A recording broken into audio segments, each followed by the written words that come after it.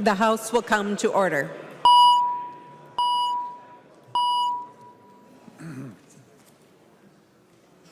Messages from the Senate.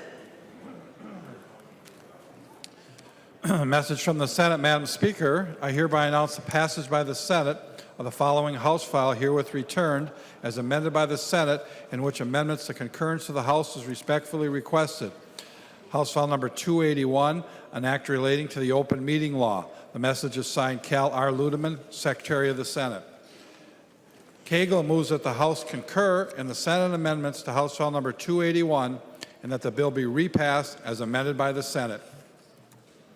I recognize the author, Representative Koegel, who will explain the Senate amendments. Representative Koegel. Thank you, Madam Speaker. House File 281 was a provision relating to open meeting laws. And so what the Senate language does is allows people who are on active military duty to participate via Skype or other multimedia sources up to 3 times per calendar year, so they don't have to be in an open and public place if they're on a secure military base. Is there any discussion to the Senate amendments? Seeing no discussion. All those in favor, please say aye. Aye.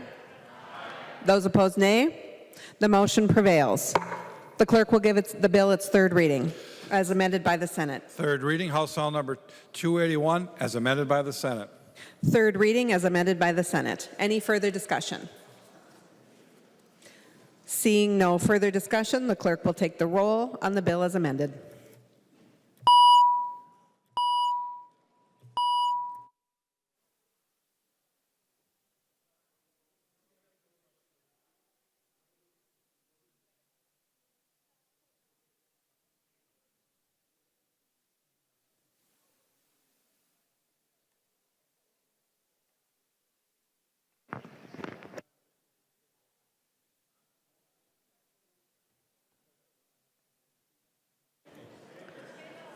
All members desiring to vote, please vote.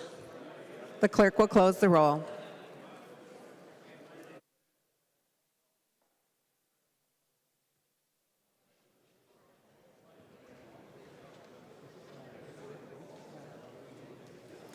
There being 131 ayes and 0 nays, the bill is passed as amended and its title agreed to. Message from the Senate, Madam Speaker. I hereby announce the passage of the Senate of the following House file herewith returned as amended by the Senate, in which amendments to concurrence of the House is respectfully requested. House File Number 2849, an act relating to higher education. The message is signed Cal R. Ludeman, Secretary of the Senate. Bernardy moves that the House concur in the Senate amendments to House File Number 2849 and that the bill be repassed as amended by the Senate. I recognize the author, Representative Bernardy, who will explain the Senate amendments. Thank you, Madam Speaker. I am pleased to let you know that we want to concur with the Senate language. They added 2 provisions that we worked on them with as well. And those provisions are to clarify language that any student that receives compensation from the Office of Higher Education must agree to, in writing, to sign over their ability to assume Dream Center Education Holdings, which is Argosy's parent company. Also, and Argosy as well. And then the other language directs the Office of Higher Education to pursue claims arising from self-loans made for Argosy students when it is in the best interest of the state of Minnesota. I'm pleased to I want to encourage you to vote for this bill. It's been bicameral, bipartisan work that we've done to help these Argosy students to be able to made more whole than they are now, and then to help them move forward in their careers. Thank you, members. Is there any discussion to the Senate amendments?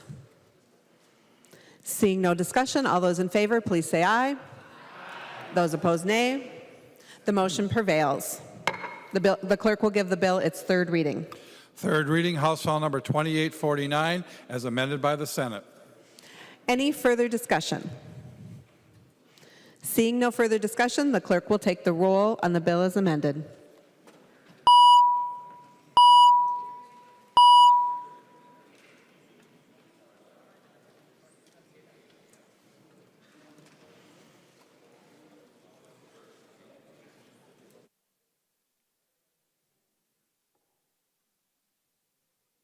Members, please vote.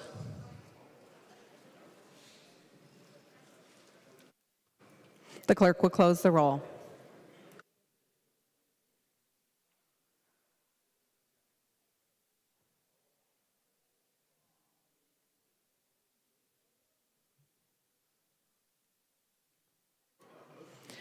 There being 128 ayes and 2 nays, the bill is passed as amended by the Senate and its title agreed to.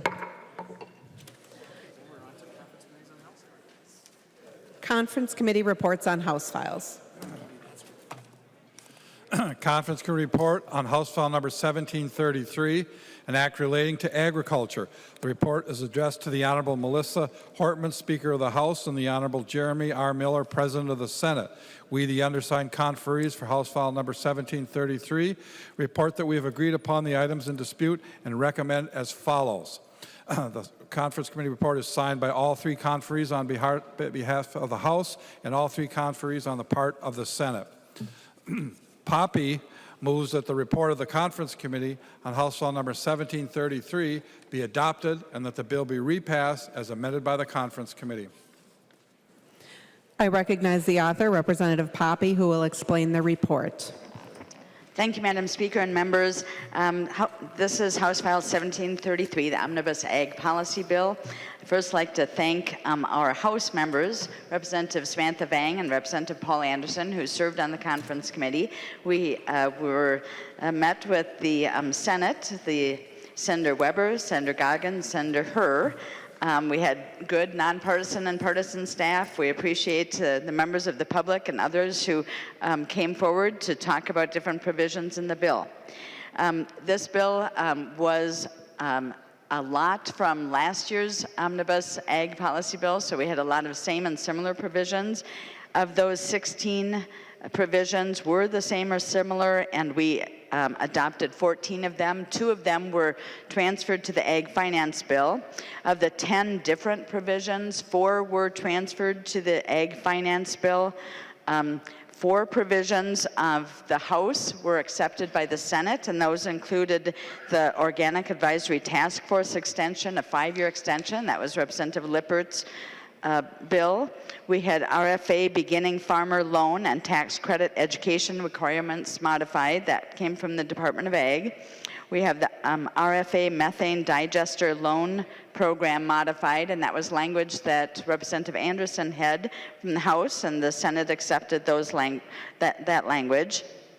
There was only one House provision that was not accepted, and that was the delegation authority that the cities of the first class to allow for delegation when it came to pesticide use and disposal.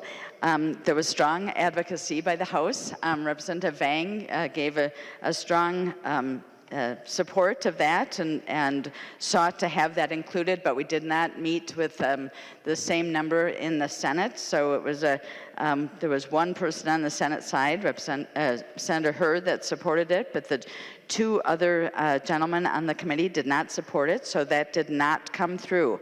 We were able to have testimony by the Department of Ag, as well as the City of Minneapolis, to talk about their plans to meet this summer and fall, to talk about the delegation expectations and what that would mean. The Department of Ag is concerned about the EPA giving delegation to them and then for their ability to give delegation to another entity. So there was some concern about that. But there was also the opportunity that we have. The legislative auditor is going to be doing a pesticide report coming up. So we invite all legislators who have an interest in this to be able to talk to the legislative auditor about what their concerns are, and we might be able to do a deeper dive on the delegation question with regards to that. Also in the bill, we accepted one Senate provision, and that was the aquaculture, saltwater aquaculture legislation that they had, and that is what the bill entails, and it is, I think it's a very good, solid bill, and I would encourage people's support. Is there any discussion to the Conference Committee report? Seeing no discussion, all those in favor of the motion to adopt the Conference Committee report on House File 1733, please say aye. Those opposed, nay. The motion prevails. The clerk will give the bill its third reading. Third reading, House File Number 1733, as amended by conference. Third reading, as amended by conference. Any further discussion? Representative Hamilton. Thank you, Madam Speaker. I'd just like to say thank you, Representative Poppe, for addressing the concerns that we had in this bill as well. This is a good bill. The controversial provisions were removed, and therefore I ask for a green vote. Thank you. Seeing no further discussion, the clerk will take the roll on the conference committee, on the bill as amended by conference.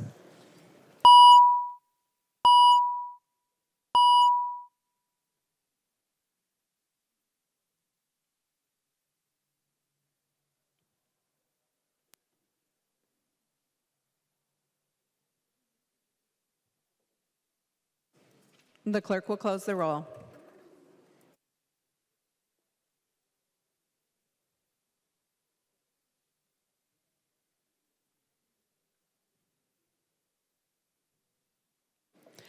There being 130 ayes and 0 nays, the bill is repassed as amended by conference and its title agreed to. Reports from the Committee on Rules and Legislative Administration. Winkler from the Committee on Rules and Legislative Administration, pursuant to Rules 1.21 and 3.33, designates the following bills to be placed on the calendar for the day for Saturday, May 18th, 2019, and establishes a pre-filing requirement for amendments offered to the following bills. House File Numbers 2822, 2821, and 2311, and Senate File Number 2081. Calendar for the day. The first bill on the calendar for the day is Senate File 1753.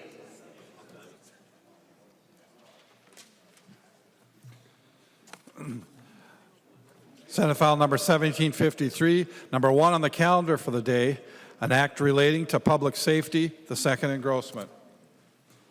I recognize the member from Anoka, Representative Koegel, to explain the bill.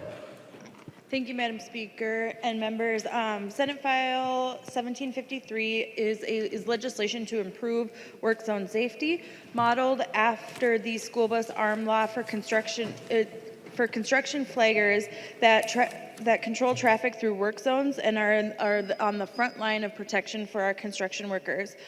This legislation is supported by the Association of General Contractors of Minnesota, LIUNA, Minnesota Asphalt Pavement Association, and Citizens for Work Zone Safety. And so the effective date would be August 1st to allow for flaggers to be notified of their new training. It's a really good bill, and I hope you can all support it. There are no amendments at the desk. The clerk will give the bill its third reading. Third reading, Senate File Number 1753. Third reading. Discussion. Representative Johnson. Madam Speaker, members, I have a little bit of concerns on this bill, although I understand and appreciate what it's trying to do. Before I became a law enforcement officer, I was a flagger, and I know how dangerous it is. That flag person has to have a neck like an owl to be able to see all around them at all times. In fact, I've had one time I actually had to jump out of the way before I was hit. Fortunately, my flag took out the windshield of the vehicle that was driving, so he had to stop. And I was fortunate to have a squad car in the area that witnessed it. Gentlemen have to be intoxicated. But the concerns I have is we're going down a path we've never gone down before on this bill. Generally, a petty misdemeanor needs to be witnessed by the officer in order to write the citation. This bill is changing that. On a school bus issue, that offense is a misdemeanor. And I wish, especially for the safety of the flaggers, because it's a serious situation, we had also had changed the offense of disobeying a flagger in a work zone, would have changed that to a misdemeanor. That made a lot more comfortable for me voting for this. So those are the concerns I have. And I did check with my county attorney. If we don't find the vehicle in that 4 hours, technically they can do a long-form complaint. But the other concern I have is the training requirements. I know how long it takes to learn the traffic laws. Chapter 169 is very long. And for that flag operator who's usually a first-time new employee on a job site, they're looking at a couple months of training in order to understand the traffic laws. Then they're going to need the certificates that they're going to have to provide in court. And this bill doesn't deal with the training, the amount of training. It's something that we need to look at in order to do this right so it can be implemented properly. Thank you. Further discussion, Representative Munson. Thank you, Madam Speaker. Would the author of the bill yield for a question? She will yield. Representative Munson. Thank you, Madam Speaker. And Representative Koegel, in earlier versions of the bill required that the flagger report the violation and include a description of the vehicle and of the person. And in this version of the bill, it only appears that the flagger is responsible for sending information on the vehicle, license plate number, and as we saw in legislation previously that was passed by this many years ago on, for instance, the cameras that were set up to record people going through red lights, that law was found unconstitutional because all it would do is record the vehicle and not the actual driver. And here we're going down that same path where we're recording information on the vehicle, reporting the vehicle and the license plate number, but not a description of the driver. Can I ask, could you answer why the description of the driver is not in this bill? Representative Koegel. Thank you, Madam Speaker. From my understanding, the Senate language actually clarifies some of the provisions, and so ensuring that that the driver's license or the Senate language allows for the sheriff not to be. Or, I'm sorry. Can you restate your question? Representative Munson. Thank you, Madam Speaker. And if the author would continue to yield, the question is basically this. If I'm a flagger and a vehicle drives by and does not stop for me, and this bill only requires that I have to report the vehicle and the license plate number, and the police officer has to try to find that vehicle within 4 hours, but nowhere in this bill is it required that the flagger report the description of the person driving the vehicle. Was it a woman? Was it a man? What were they wearing? So, in other words, 3.5 hours later, the police officer shows up at the home of where the vehicle's licensed and finds the person.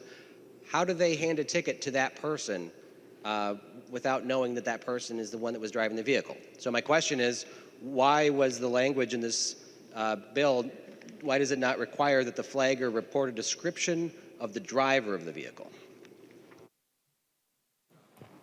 Representative Koegel.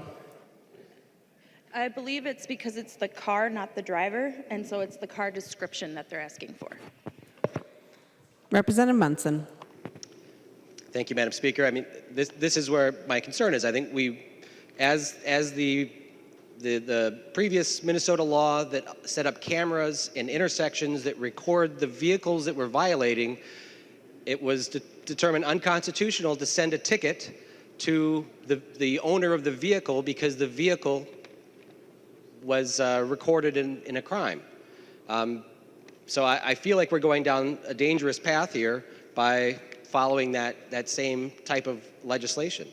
I'm also, concerned that we're deputizing flaggers. I'm glad that this version of the bill requires that the flagger do have training, and that this version of the bill also took out the reporting of violations for handheld cell phones, that it's restricted only to people that don't stop or follow their instructions of the flagger. But I do have concerns around sending a ticket to the owner of the owner of the car, because the car was reported going through this construction zone and without a description of the driver. So So I'll be voting no today because I don't feel this is proper legislation. I understand we have a safety issue, but I don't think this is the right approach. So thank you. Any further discussion?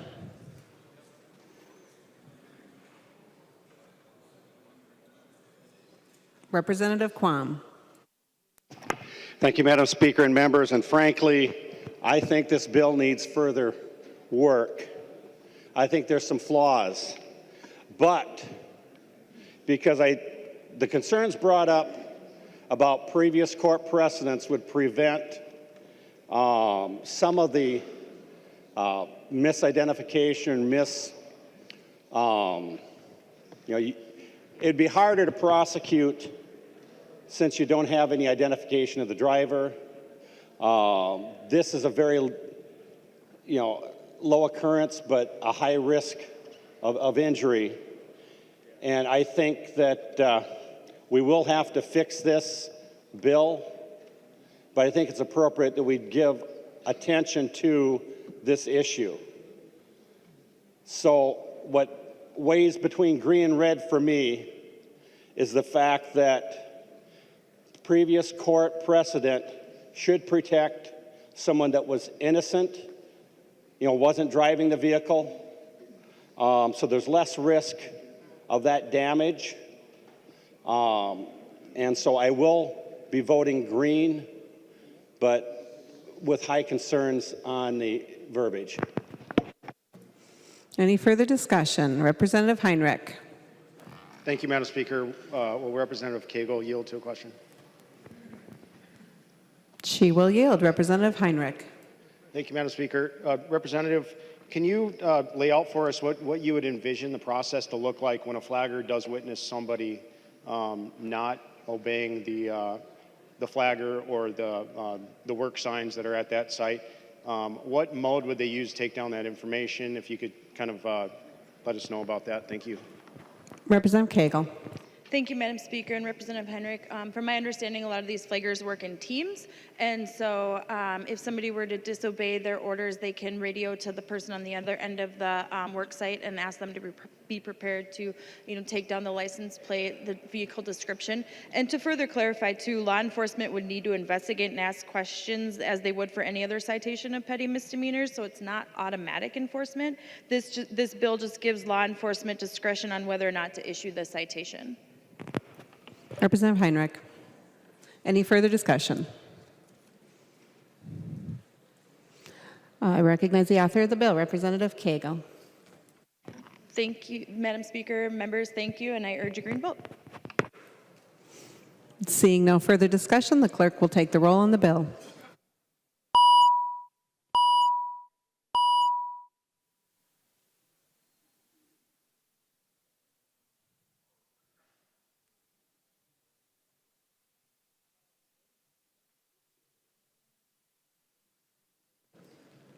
Members, please vote.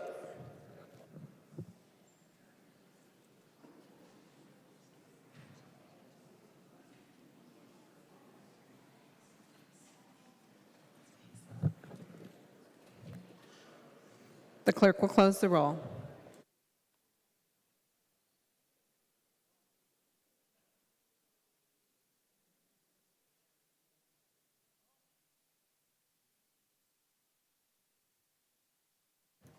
There being 90 ayes and 37 nays, the bill is passed and its title agreed to. The next bill on the calendar for the day is House File 359. House File number 359, number 3 on the calendar for the day, an act relating to health, the second engrossment.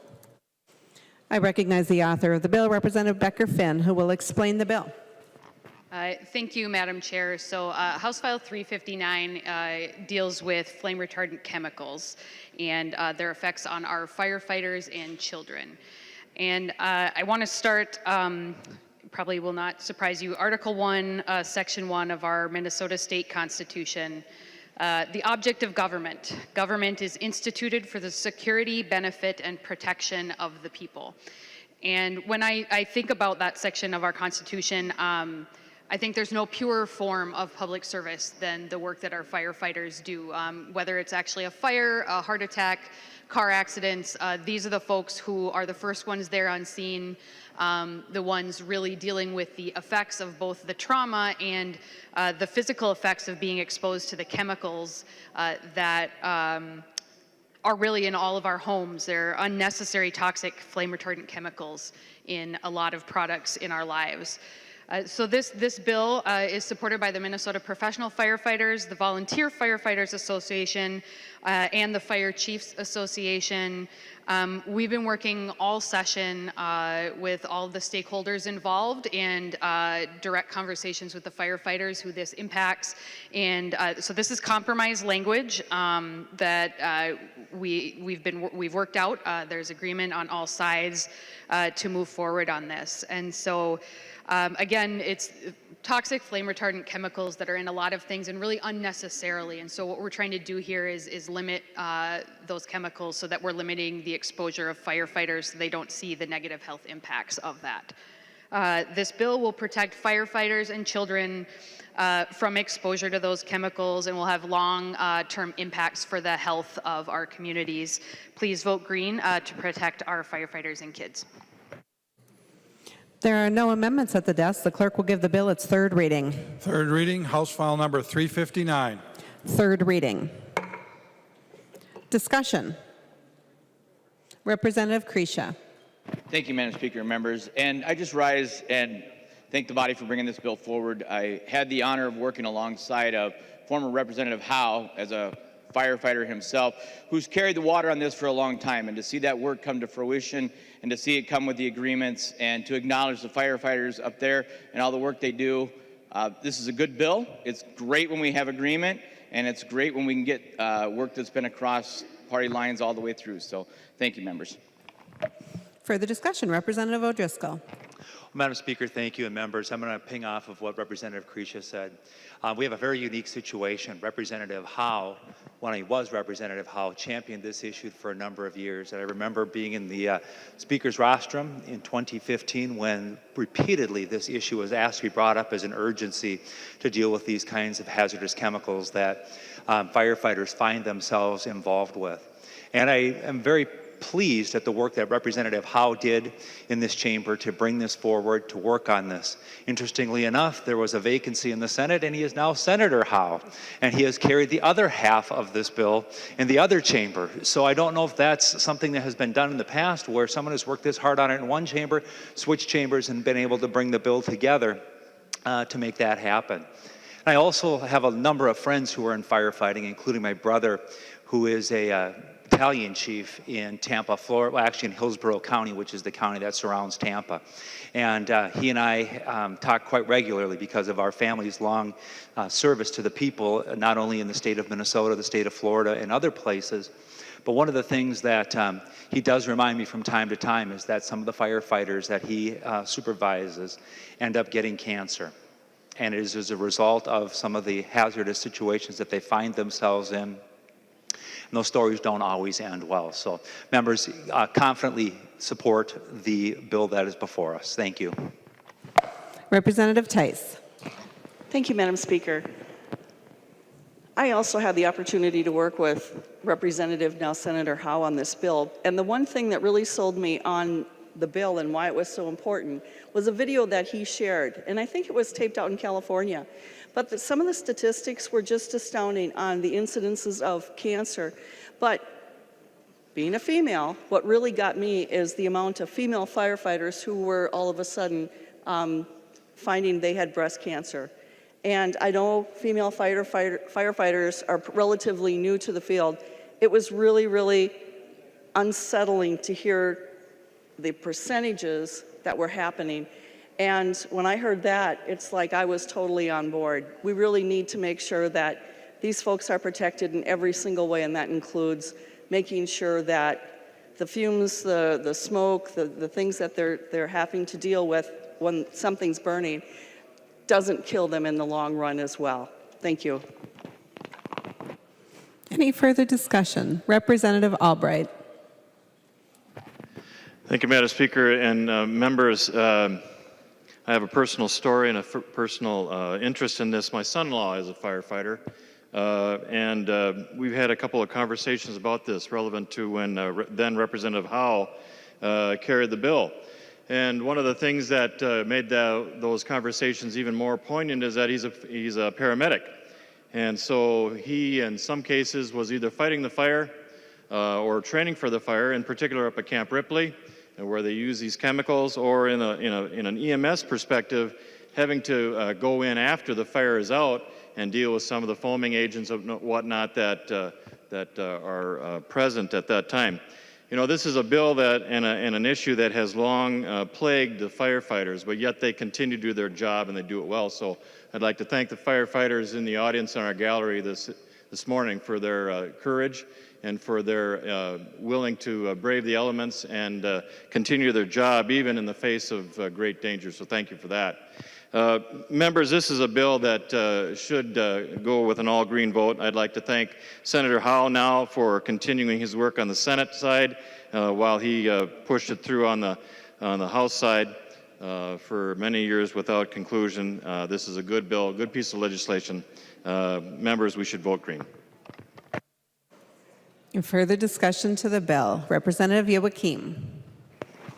Thank you, Madam Speaker. And I just wanted to stand up and say I've heard over the years, I've only been here 4 years, but my fire chiefs in both my communities have come begging for this bill. And it is so nice to see the work come together. And I just want to thank Representative Jamie Becker-Finn for all the work she's done on this, and thank the supporters up in the gallery and all the years of work that they've asked for this. And please vote green. Is there any further discussion to the bill? Representative Becker-Finn. Thank you, Madam Speaker, and thank you, members.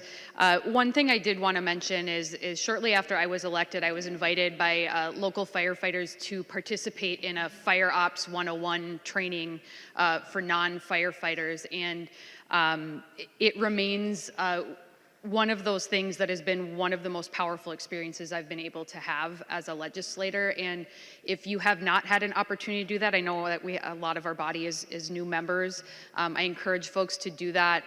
The experience of putting on the gear and being in a controlled fire scenario of cutting into a car and really doing it side by side with the firefighters who do this every day really gives you an idea of the level of service that they provide and the impacts that it has on them long term. So thank you, members, for your support. Please vote green.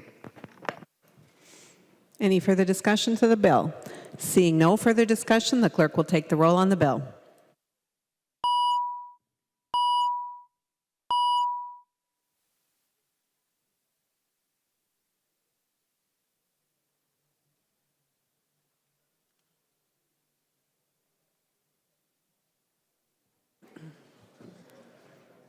The clerk will close the roll.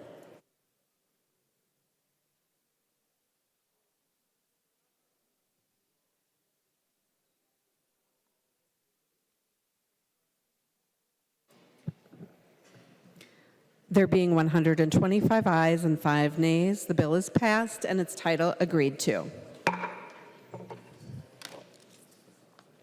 The next bill on the calendar for the day is Senate File 322. Senate File number 322, number 2 on the calendar for the day, an act relating to human services, the first engrossment. I call upon the member from Washington, the author of the bill, Representative Sandell, who will explain the bill. Madam Chair, thank you, and members.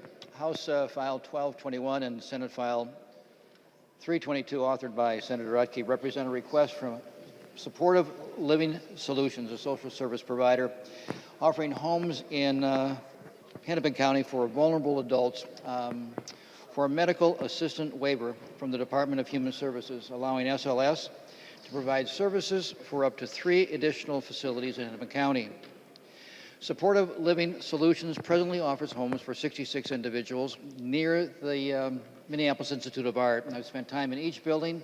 I've spoken with their administrators, with their staff, with residents, and with their neighbors, and the staff provides services for residents 24 hours each day. The buildings provide dormitory style and apartment living for each resident who has their own key, their own lease, their individual room and apartment, and they may come and go as they please. The bill was carried last year by Senator Tice and included in the Senate in Omnibus Prime. Senate File 322 was passed unanimously by the Senate last week and is included in the House Omnibus Bill now. The bill was heard in Representative Moran's Policy Committee earlier in the session, where there was discussion about its respect for a 1999 Olmsted Supreme Court case requiring a more integrated living situation for people with disabilities. Those issues and questions are important and they deserve our continued attention, but I do believe that SLS services are respectful, appropriate this time, and I would encourage a yes vote. Thank you, Madam Chair. There are no amendments at the desk. The clerk will give the bill its third reading. Third reading, Senate File number 322. Third reading. Discussion. Representative Davids. Thank you, Madam Speaker. The author would yield. He will yield. Representative Davids. To the author, so these provisions were passed in a bill last year. Representative Sandell. Madam Chair, Representative David, yes, they were part of Representative Tice's bill, yes. Representative Davids. Well, thank you, Madam Speaker. And you mentioned Omnibus Prime. Do you have a House file for that, or what is that? Representative Sandell. Are you asking the member to yield? He will yield. Representative Sandell. Madam Speaker, and Representative Davis, it was a House supplemental budget bill. Representative Davids. Well, if the gentleman would yield. He will yield. Representative Davids. You referred to a House file. You probably should have a number. Could you give me the number of that House file? Madam Speaker, I'm not entirely sure the intention of the question, so would Representative Davids please ask it again, please? Representative Davids. Well, thank you. I find it a bit odd that the author is talking about a bill that he doesn't know what it is or what the number of it is. That's quite concerning to me. Further discussion. I call upon the author of the bill, Representative Sandell. Any? No further comments. Thank you, Madam Chair. Representative Drazkowski. Thank you, Madam Speaker. Would the author yield?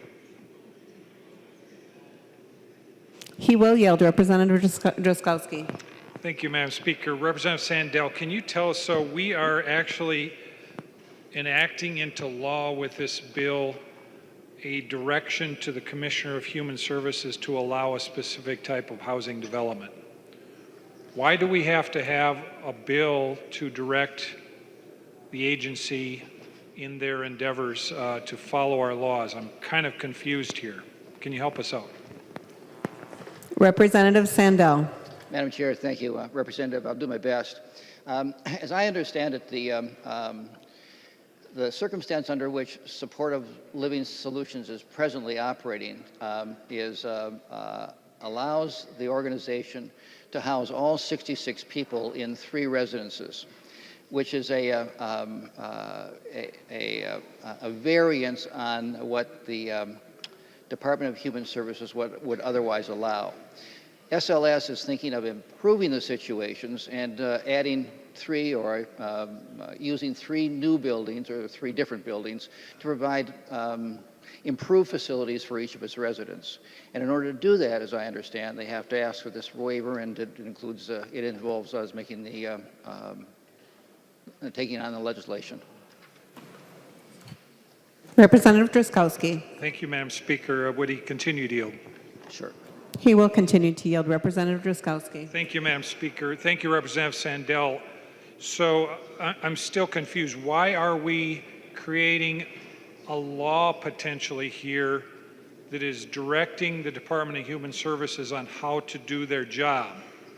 Shouldn't, if indeed you want to change the outcome for the city of Minneapolis or Hennepin County in this situation, why don't we change the underlying law that guides the Department of Human Services and tells it what to do in the first place, instead of creating some sort of kind of a roundabout exception for them that this bill does?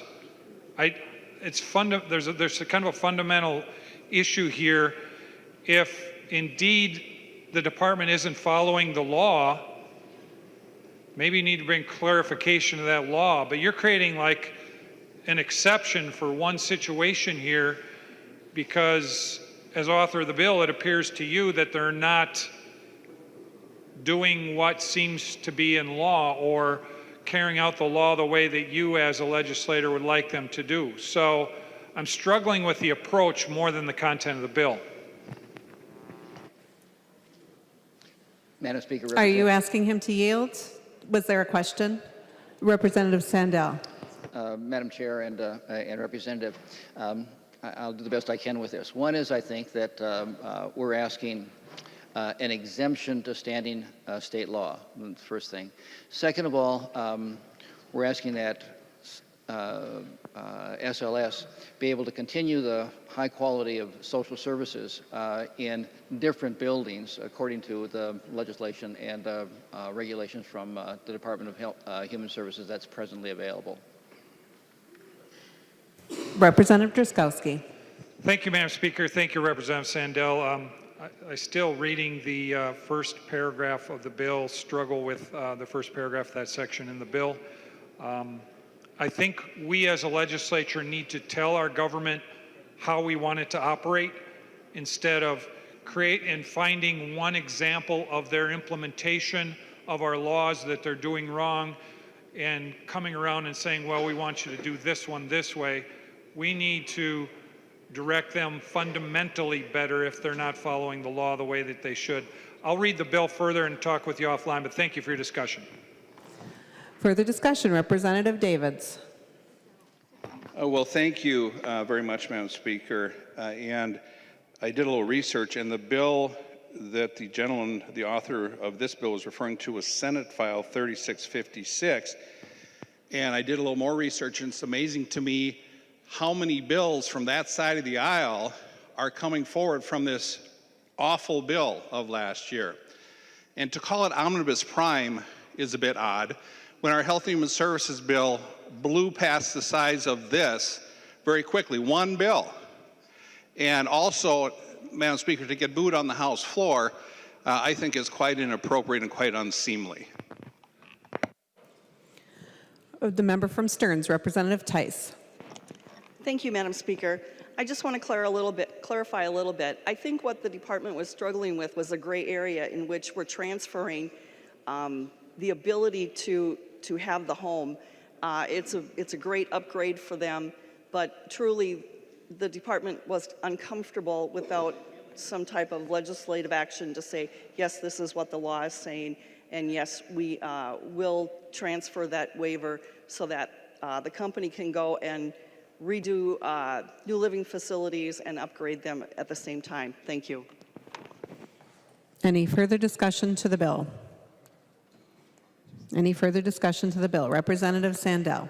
Madam Chair and Representatives, thank you for the conversation, and I certainly do appreciate the conversations about the role and relationships between our legislative responsibilities and the responsibilities that the agency handles. Thank you, Representative Tice, for helping out with the describing the intention of this bill. I hope that we both agree that SLS is providing a needed and important service. The concerns of the Olmstead Act of 1999 are on my mind, and I think we can continue to pay attention to those considerations as we go forward. Thank you, Madam Chair. I would still encourage a yes vote on this piece of legislation. Thank you.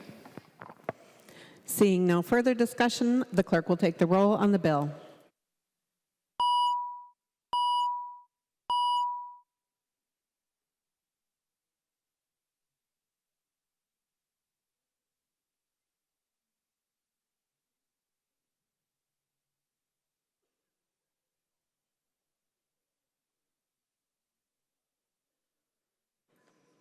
The clerk will close the roll.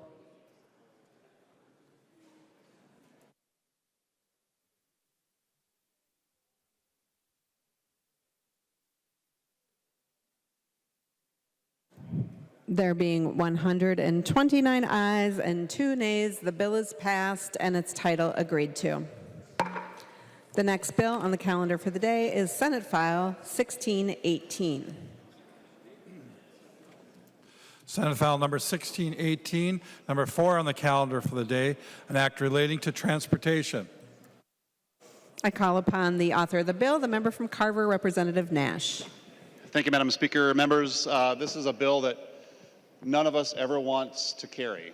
If you carry a bill like this, that means that a first responder in your district has passed away in the line of duty. So this bill will be renaming a portion of Highway 25 after Captain Jeffery Vollmer, who in December of 2017 passed away after a training accident.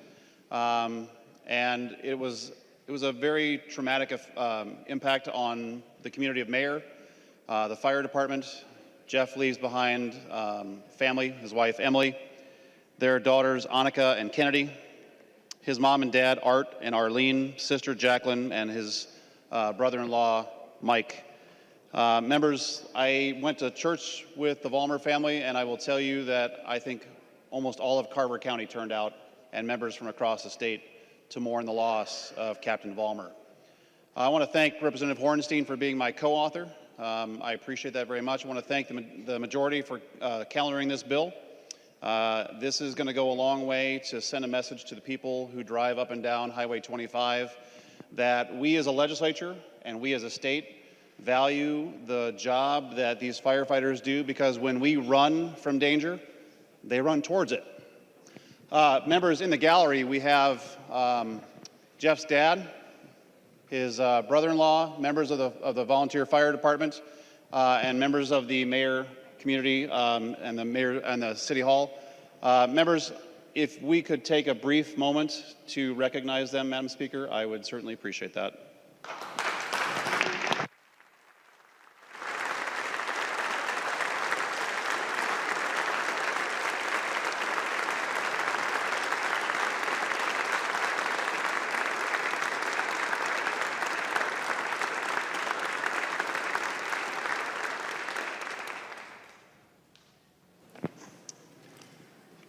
Thank you, Madam Speaker. Members, I would appreciate your support and sending a strong message to all firefighters, but particularly to the Vollmer family and to the Mayer Fire Department. Thank you, Madam Speaker. Any discussion to the bill?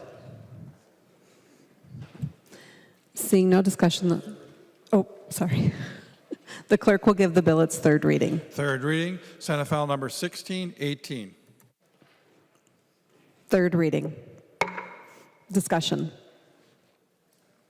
Seeing no discussion, the clerk will take the roll on the bill.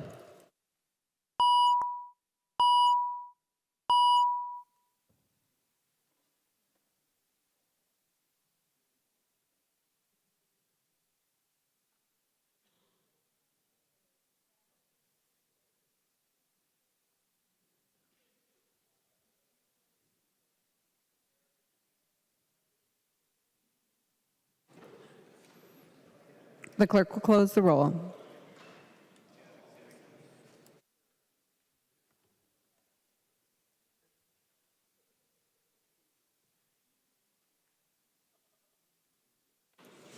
There being 131 ayes and 0 nays, the bill is passed and its title agreed to.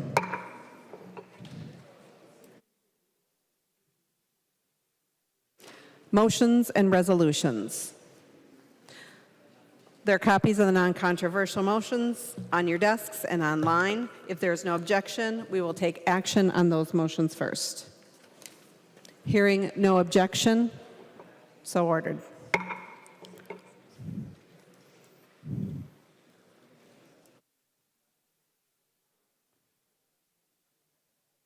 Representative Winkler. Madam Speaker, members, we are going to have a very, hopefully, brief recess. The Senate is debating the PBM bill right now. They will be sending it over, and as soon as it comes across from the Senate, we can take it up. So we'll take a recess to the call of the chair for as long as it takes the Senate to pass this bill. Representative Winkler moves a recess to the call of the chair. All those in favor, say aye. Aye. Those opposed, no. The motion prevails. The House stands in recess to the call of the chair.